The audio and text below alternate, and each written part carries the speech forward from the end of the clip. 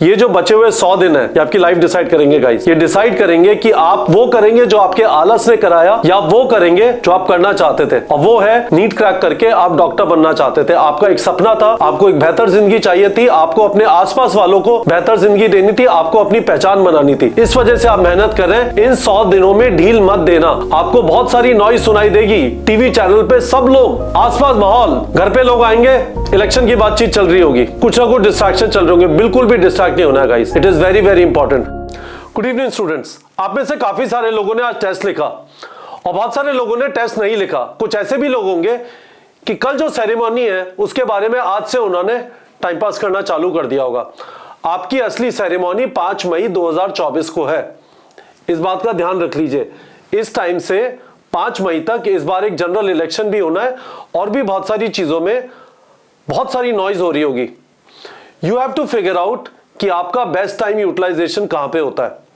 मैं इस वाले वीडियो में इस चीज को एड्रेस करना चाहता हूं कि आपको कितने टेस्ट देने चाहिए अब से लेके नीट एग्जाम तक, कितने फुल सिलेबस टेस्ट देने चाहिए, टेस्ट के बीच में क्या गैप होना चाहिए। पर उससे पहले इस बात को समझ लीजिए, अभी तक जो हम आपके टेस्ट करा रहे थे उसका फेज 1 खत्म हो रहा है। ये फेज 1 था, ठीक है, ये फेज 1 था जिसके अंदर 10 दिसंबर, 17 दिसंबर, 24 दिसंबर, 31 दिसंबर, 7 जनवरी, 14 जनवरी और आज 21 जनवरी, ठीक है। कम चैप्टर के टेस्ट थे, 9 chapter, 14 chapter, 12 chapter, 12 chapter, 9 chapter, 11 chapter. आज 10 चैप्टर का था। 28 जनवरी वाले टेस्ट में 7 चैप्टर का टेस्ट है। अब इसके बाद हम फेज 2 में घुस रहे हैं, जो पूरा फरवरी इज फेज 2। इसके अंदर 11th और 12th को हम दो पार्ट में करके चलेंगे। 4 फरवरी के टेस्ट में 22 चैप्टर होंगे, 11 फरवरी के टेस्ट में 20 चैप्टर होंगे, 18 फरवरी में 20 चैप्टर होंगे और 25 फरवरी में 18 चैप्टर होंगे। और फिर हम जाएंगे फेज 3 में, जिसमें फुल 11 फुल 12 होगा। ये मार्च में होगा, है ना, फेज 3। और उसके बाद अप्रैल में आपका फेज 4 है, ठीक है।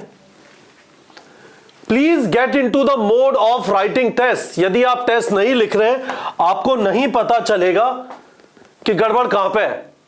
और यदि आप एग्जाम के दिन को टेस्ट करेंगे अपनी गड़बड़ जानने के लिए, तो 1 और साल की गारंटीड तैयारी है। जिन भी स्टूडेंट्स ने अभी तक बोला था मैं अभी तक टेस्ट लिस्ट नहीं लिख रहा कि मैं रेडी नहीं हूं, टेस्ट सीरीज ज्वाइन करिए, अभी से लग जाइए। अब मौका है गाइस, अब लेट हो जाएगा। We are not left with a lot of time. करीब 100 दिन के आसपास नीट एग्जाम में बचते हैं। तो अभी तक आप ये वाले टेस्ट लिख रहे थे, जिन लोगों ने भी अभी से टेस्ट लिखना चालू कर दिया था, बहुत अच्छी बात है। पर अभी भी आपके लिए ये 3 फेजेस बचे हुए हैं। तो हम यहां से एक न्यू टेस्ट सीरीज लॉन्च कर रहे हैं, ठीक है, उन स्टूडेंट्स के लिए जिन्होंने फेज 1 को मिस कर दिया। तो फेज 2, फेज 3, फेज 4 अभी बचा हुआ है। आप इन वाले फेजेस को कवर करते हुए 2+3+4 वाले में ज्वाइन कर सकते हैं, ठीक है। मैं आपको एक और चीज बताना चाहता हूं, वापस ध्यान रखिए। जैसे आपने कहा कि मैं 4 फरवरी का टेस्ट लिखूंगा, मैं 11 फरवरी लिखूंगा, फिर 18 नहीं लिखूंगा, 25 फरवरी लिखूंगा और उसके बाद 18 वाला मैं 28 फरवरी को लिखूंगा। तो होता क्या है, आप क्या कर रहे हैं, 4 फरवरी से पहले उसका रिवीजन कर रहे हैं। सिमिलरली 11 फरवरी के टेस्ट से पहले उसका रिवीजन कर रहे हैं। फिर आप अगला टेस्ट 25 फरवरी को है, उसका रिवीजन कर रहे हैं। फिर 28 फरवरी का रिवीजन कर रहे हैं, है ना। और रिवीजन के बाद जो आपको वीक एरिया पता चलता है, जैसे आपने ये टेस्ट दिया तो इस टेस्ट से इस टेस्ट तक आप वीक एरिया फिक्सिंग भी करेंगे कि वीक एरिया फिक्सिंग है ब्लू में जो बना रहा है ना। इतना कॉम्प्लिकेटेड नहीं है, बहुत सिंपल सी चीज है। एग्जाम से पहले हमको रिवाइज करके एग्जाम लिखने जाना है। एग्जाम के बाद जो भी वीक एरिया मिलेंगे डीपीपी जनरेट करके, उससे रिलेटेड थ्योरी कुछ पढ़ के, उससे रिलेटेड कुछ और एमसीक्यू प्रैक्टिस करके, you will get better into weak areas that have been identified. Guys, मैं वापस वीडियो के डिस्क्रिप्शन के अंदर एक वीडियो है जिसमें एक्सप्लेन किया गया है कि ये चीज आप कैसे बना सकते हैं। इस पीडीएफ का लिंक भी वीडियो के डिस्क्रिप्शन में, प्लीज इसे बना लीजिए। It is very very important. ये जो बचे हुए 100 दिन है ये आपकी लाइफ डिसाइड करेंगे गाइस। ये डिसाइड करेंगे कि आप वो करेंगे जो आपके आलस ने कराया या वो करेंगे जो आप करना चाहते थे, और वो है नीट क्रैक करके आप डॉक्टर बनना चाहते थे। आपका एक सपना था, आपको एक बेहतर जिंदगी चाहिए थी, आपको अपने आसपास वालों को बेहतर जिंदगी देनी थी, आपको अपनी पहचान बनानी थी। इस वजह से आप मेहनत कर रहे हैं। इन 100 दिनों में ढील मत देना। आपको बहुत सारी नॉइज सुनाई देगी, टीवी चैनल पे सब लोग, आसपास माहौल, घर पे लोग आएंगे, इलेक्शन की बातचीत चल रही होगी, कुछ ना कुछ डिस्ट्रैक्शन चल रहे होंगे। बिल्कुल भी डिस्ट्रैक्ट नहीं होना है guys, it is very very important. अब मैं आपको एक चीज और बता देता हूं, क्विकली समझ लीजिए इस वाली चीज को कि कितने टेस्ट, हाउ मेनी टेस्ट, है ना, हाउ मेनी टेस्ट।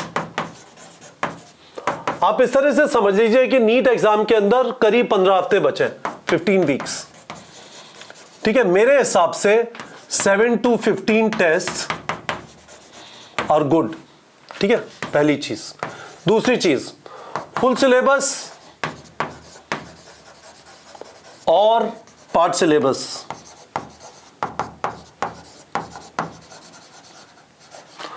मेरा इसका आंसर है बोथ।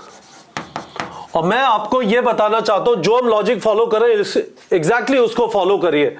यहां तक हम मार्च एंड तक, मार्च एंड हम आपको पार्ट सिलेबस करा रहे हैं। All of these are part syllabus test, पर हम सिलेबस बढ़ाते जा रहे हैं। यदि हमें एवरेज को चढ़ना है तो हम पहले दिन छलांग नहीं मारेंगे, धीमे धीमे आपको एक्लिमेटाइज करेंगे। इनफैक्ट मैं आपको एक स्टोरी बता सकता हूं। आप यदि देखेंगे अफ्रीका का जो टॉलेस्ट माउंटेन है वो है किलिमंजारो, है ना। और मैंने अगस्त के अंदर किलिमंजारो क्लाइंब किया था। तो डे 1 पे 3400 से हम पहुंचे 3600 पे, ठीक है। उसके बाद डे 2 पे हम पहुंचे 3800, डे 2, ठीक है। डे 3 पे लेट्स से वापस आ गए 3600 पे, 3600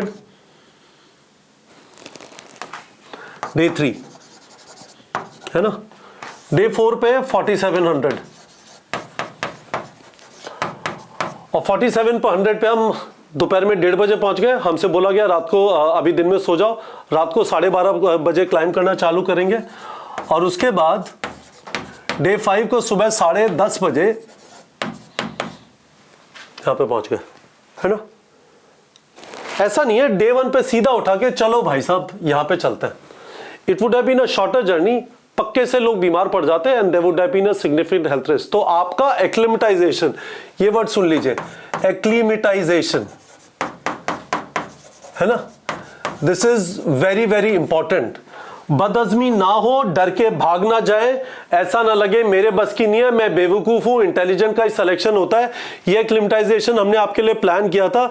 9 से 14 चैप्टर का टेस्ट अभी तक लिया था, अब 18 से 22 चैप्टर का होगा, फिर मार्च के अंदर 40-42 चैप्टर का होगा, फिर फुल सिलेबस अप्रैल में। आप भी एग्जैक्टली यही वाला लॉजिक फॉलो कर सकते हैं। तो आपको फुल सिलेबस टेस्ट देने अप्रैल में, यदि आप मेरी एडवाइस लेंगे, है ना, और पार्ट सिलेबस देने टिल अप्रैल बिगनिंग।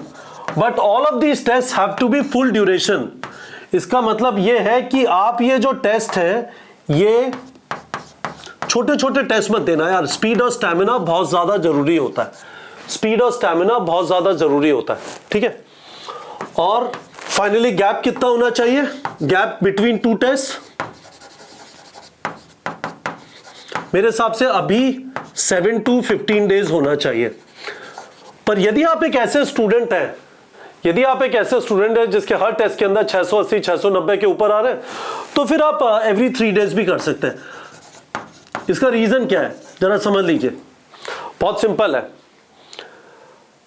एग्जाम देने का पर्पस यह है कि हम एग्जाम के लिए रेडी हो, एग्जाम में मेरा परफॉर्मेंस वही आए जो मुझे आता है, ऐसा ना हो कि भूल गया इसकी वजह से खराब परफॉर्मेंस आया।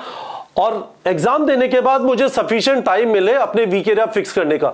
यदि मेरे वीक एरिया नहीं है सफिशिएंट तो मैं ज्यादा फ्रीक्वेंसी से टेस्ट लिख सकता हूं। पर यदि मेरे वीक एरिया है, यानी मेरे लेट्स से स्कोर आ रहा है लेस देन 650, तो मेरे सिग्निफिकेंट वीक एरियाज है जिसमें मुझे मेहनत करनी है, तो उन वीक एरियाज को फिक्स करने के लिए टाइम होना चाहिए, ठीक है। तो मैंने आपके इन 3 क्वेश्चंस का भी आंसर कर दिया। वापस गाइस ये बना लीजिए, बना लिया है तो वीडियो के कमेंट सेक्शन में कंफर्म कर दीजिए। मैंने आपको बता दिया कितने टेस्ट लिखने चाहिए, सारे फुल ड्यूरेशन होने चाहिए, पर मैंने आपको कहा पार्ट सिलेबस हो और फुल सिलेबस दोनों, और 2 टेस्ट के बीच में गैप कितना होना चाहिए। हमारा फेज 2 चालू हो रहा है। हमारी टेस्ट सीरीज बहुत अच्छी है, हमारी टेस्ट सीरीज एनसीईआरटी बेस्ड है, उसका लेवल बहुत अच्छा है। आपको एनसीईआरटी के दायरे में रह के ही हम अच्छी तरह घुमाएंगे, क्योंकि आइडिया ये नहीं है कि बबुआ को अच्छा फील आए, आइडिया ये है कि बबुआ को बार बार चैलेंज किया जाए कि आपने ये देखा, क्या आपने वो देखा, क्या आपने इस लाइन को समझा, क्या आपने इस फॉर्मूले को इस तरह से अप्लाई किया, नहीं किया। क्योंकि आप जितनी वो प्रैक्टिस कर लेंगे, these are a lot of test guys. अभी भी देखिए, आज ये टेस्ट आपने दिया, इसके बाद 1 2 3 4 5 6 7 8 9 10 11 12 13 14 15 16, अभी भी 16 टेस्ट बचे हुए हैं। 16 टेस्ट का मतलब हम आपको 3200 क्वेश्चन प्रैक्टिस कराएंगे, and 3200 questions are a lot of questions. हम हर एक क्वेश्चन के थ्रू आपको कुछ सिखा पाए, आपकी अंडरस्टैंडिंग डेवलप होगी। आपको पता है कि हमारे हर क्वेश्चन, फिजिक्स और केमिस्ट्री के क्वेश्चन के साथ वीडियो एक्सप्लेनेशन होता है, बायो के क्वेश्चन के साथ ऑडियो एक्सप्लेनेशन होता है, तो हमें आपको समझाने का मौका मिलता है। तो गाइस, दिस इज इट। मैं बहुत खुश हूं उन स्टूडेंट से जिन्होंने आज टेस्ट लिखा, मैं बहुत खुश हूं उन स्टूडेंट से जो रेगुलरली टेस्ट लिख रहे हैं, और मैं उन स्टूडेंट्स को जो टेस्ट नहीं लिख रहे हैं उनको यह बताना चाहता हूं, कम ऑन गाइस, रिंग में आ जाओ। बिना रिंग में आए आप रेस में नहीं हो। आप यदि टेस्ट नहीं लिख रहे, आप रेस में नहीं हो। मुझे आपसे वीडियो के कमेंट सेक्शन में प्रॉमिस चाहिए, अब आप रेगुलरली टेस्ट लिखना चालू करोगे यदि आपने अभी तक टेस्ट नहीं लिखे।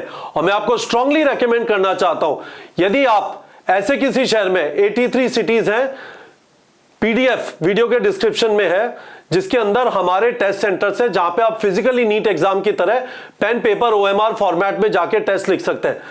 ज्वाइन करिए। आप ऐसी जगह पे हैं जहां पे क्लासरूम सेंटर नहीं है, आप ऑनलाइन भी घर पे बैठ के पेन पेपर ओएमआर फॉर्मेट में लिख सकते हैं। लिंक अगेन वीडियो के डिस्क्रिप्शन में है। पर गाइस, प्रॉमिस करिए, अब रेगुलरली टेस्ट लिखेंगे यदि आप अभी तक टेस्ट नहीं लिख रहे, और मैं आपको रेगुलरली यहां पे आके गाइड, मोटिवेट, मेंटर करता रहूंगा। ठीक है बच्चों।